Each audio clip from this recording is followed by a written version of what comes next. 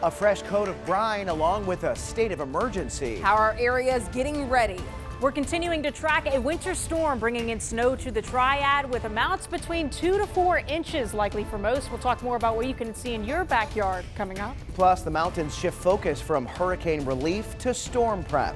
How DOT is getting Western North Carolina ready. And the Triad bids farewell to 2 public servants. The tributes tonight to a Greensboro officer and a former president. WFMY News 2 at 11 starts right now.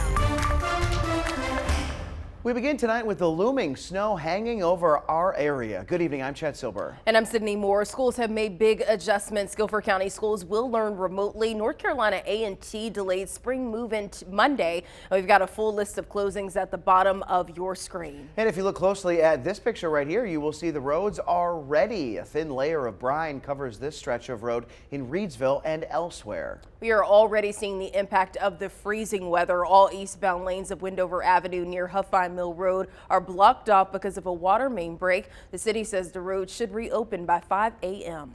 And we have a weather impact alert day tomorrow for good reason. Governor Josh Stein declared a state of emergency with snowfall expected across the state. Claire, the questions everyone wants to know: how much snow and when does it start? Both great questions heading into tomorrow. Sydney, we're keeping an eye on it. I would expect the snow to arrive anywhere between 1 o'clock through around 4 p.m. when we start to see those flakes coming down. For the majority of us, I'm expecting between 2 to 4 inches. Here's the current location of this low pressure system that's going to be bringing in the moisture we need for snow. Already bringing a lot of snow to portions of Texas, Oklahoma, and also in Arkansas, heading our way into the night tonight. Winter storm warning all for us in the pink counties. This is from 1 o'clock Friday afternoon through 10 a.m. on Saturday morning. Again, I'm expecting snow and sleet accumulations for the majority of us to be between 2 to 4 inches, even higher, especially for counties that are seeing in more of the mountains and also in the foothills. A little bit less for counties to our south. You're going to want to make sure that you are avoiding travel as much as possible throughout this period. Kind of zooming out just a little bit to show you how much of the area is impacted by this storm. It's crossing several state lines here, Tennessee and also South Carolina, Georgia, Alabama. Lots of winter weather warnings all in association with this system, and with the cold air already in place, we're going to be back in the teens for the night tonight. Clouds are also coming back heading into the next couple of hours with snow chances on the way early into tomorrow afternoon.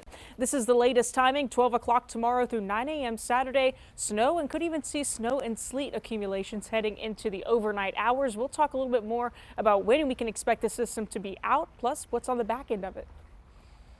Claire, thank you. All that snow headed our way. It hit Texas first. Just look at the runway at Dallas-Fort Worth. Heavy snow was too much for plows as they worked to keep runways clear, but the weather grounded some flights. And take a look at the snow blanketing a neighborhood north of Fort Worth. Some areas of Texas could see 9 inches or more. And power is back on in East Greensboro after planned outages earlier today. Duke Energy cut off the power in the area to prepare for tomorrow's storm. It needed to make some repairs to a Duke substation off Phillips Avenue. Duke says without the repairs, an equipment issue might have caused a widespread outage during the storm. Every town and city in our area spent the past 2 days getting roads ready. The city of Greensboro says it began brining priority roads yesterday. And just a warning, side streets could be tough to drive on. A lot of them will not be brined. The city launched an interactive snow and ice removal map so you can track conditions in real time. PTI says it's staying open despite the rough weather ahead. However, it's encouraging travelers to call their airline to make sure their flights are still running. PTI will have snow crews on duty to keep the terminal clear for flights that do want to land and take off. State DOT workers are turning their attention from fixing Helene destruction to preparing roads in the mountains. Workers started brining yesterday and start around-the-clock operations tomorrow. DOT has also lined up contractors to clear interstates. The National Guard is on call too. With snow on the way, you need a spot for a reliable weather information. Look no further than the free News 2 app powered by the Triad's most accurate weather team. Today, Greensboro paused to reflect on the life of one of its guardians. Officer Michael Horan's funeral was this afternoon. A memorial outside GPD headquarters has a fresh layer of flowers tonight as people pay their final respects. It caps off a solemn day. As the funeral procession left Westover Church in Greensboro, a man stopped on a sidewalk to give a salute. At the service, many reflected on a public servant lost too soon. The world has lost a truly good man, a great cop, and a shining example of a coastie. His funeral service captured the life of Officer Horan in many ways. Some shared their sorrow as they mourned a friend. Others told funny stories about a man who lived life to the fullest. WFMY News 2's Amber Lake was outside the church today and shares the intimate moments from the service. An emotional farewell to Officer Michael Horan. To us, Mike wasn't like family. He was family. I come to the garden alone. A loving husband, father, son, and Greensboro police officer since 2017 leaves a lasting impact on many. When I told my daughter about Uncle Mike's passing, she said to me, "Did Uncle Mike save everyone else?" And without hesitation, I said, "Yes, Maya. Uncle Mike saved everyone, just like he always has." As we say goodbye today, let us remember that the true measure of a life well lived is not found in titles or accolades, but in the love shared, the lives touched, and the differences made. Though the true meaning of life is not found in titles, Officer Horan held many. He protected our country for almost 25 years as a U.S. Coast Guardsman. Mike stood the watch for 25 years. He stood the watch even though he would have rather been home with his family. He stood the watch no matter how dangerous that watch would be. He stood the watch so that we, our families, and our fellow men could sleep soundly in safety each and every night. A flag presented to Officer Horan's now widow. The memory of a man of service dedicated to his family and his community will last forever. While we will miss him deeply, we know that his spirit lives on in all of us, in every act of kindness, in every gesture of care, and in every memory we hold close to our hearts. Let's leave the world a better place than it was when we got here. Let's all be someone's Mike. Amber Lake, WFMY News 2. And the service capped off an emotional few hours in Greensboro. It all started with his procession to the church. The state troopers escorted his body for the final stretch along Mears Chapel Road. A horse-drawn carriage carried the hero's casket draped in an American flag. Inside, 3 people who graduated the police academy with him took the altar. One of them is still with GPD. She fondly looked back on the fun times they had while mourning a close friend. You, buddy. You were my protector for so many years, and I will forever love you for that. During football season, we always shared our friendly rivalry. He was a Giants fan, and I'm a Cowboys fan. So in his honor, I must say this one last time. How about them Cowboys? Bagpipes later wailed out as people left the church before Officer Horan's body was taken to his funeral home on Gate City Boulevard. The procession to the church allowed others to honor Horan as law enforcement cleared a path. WFMY News 2's Itanise McMiller met people who paused to pay their respects.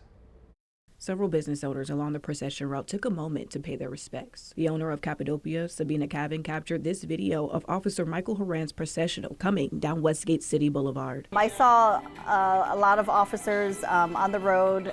The roads were blocked on both sides, so you know, the hearse driving through, and it was just a very, you know, sad moment to see, to witness. And we had customers standing by, and they took off their hats and you know,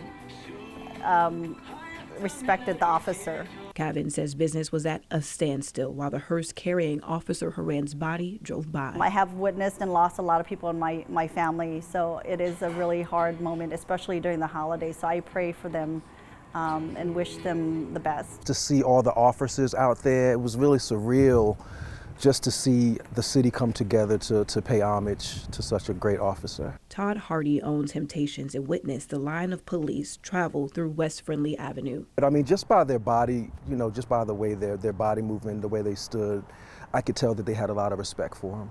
The respect was witnessed as the Coast Guard and Greensboro police officers saluted the procession as it made its way to Westover Church for the funeral. Kevin Wilson, a pastor at Westover, says Officer Horan and his wife were dedicated members. Mike was a part of our security team here as he worked, and there was just he brought a great light to our church, and just a great guy to be around, and so just served. That was the big thing you think about when you think about him, is just the service that he gave to our community. Wilson says those who filled the pews of the sanctuary are hurting. I know our community is hurting at times like this, but I think that in the midst of a dark place like this, God shines a light. The sound of the 21-gun salute symbolized the ultimate sacrifice Officer Horan made for the city. In Greensboro, Denise McMiller, WFMY News 2. And we also heard from Officer Horan's family today. They released a statement shortly after the service. Part of it reads, quote, Mike's dedication to service and his commitment to his brothers and sisters in law enforcement will never be forgotten. His legacy lives on in the countless lives he touched, and we are forever grateful for all the love and support as we navigate this painful journey. We have heard so many share their appreciation for Officer Horan. It fittingly comes on National Law Enforcement Appreciation Day. Today, our area came together to thank someone who deserved a lifetime of gratitude. We join everyone in saying thank you, Officer Horan, for dedicating your life to protecting us.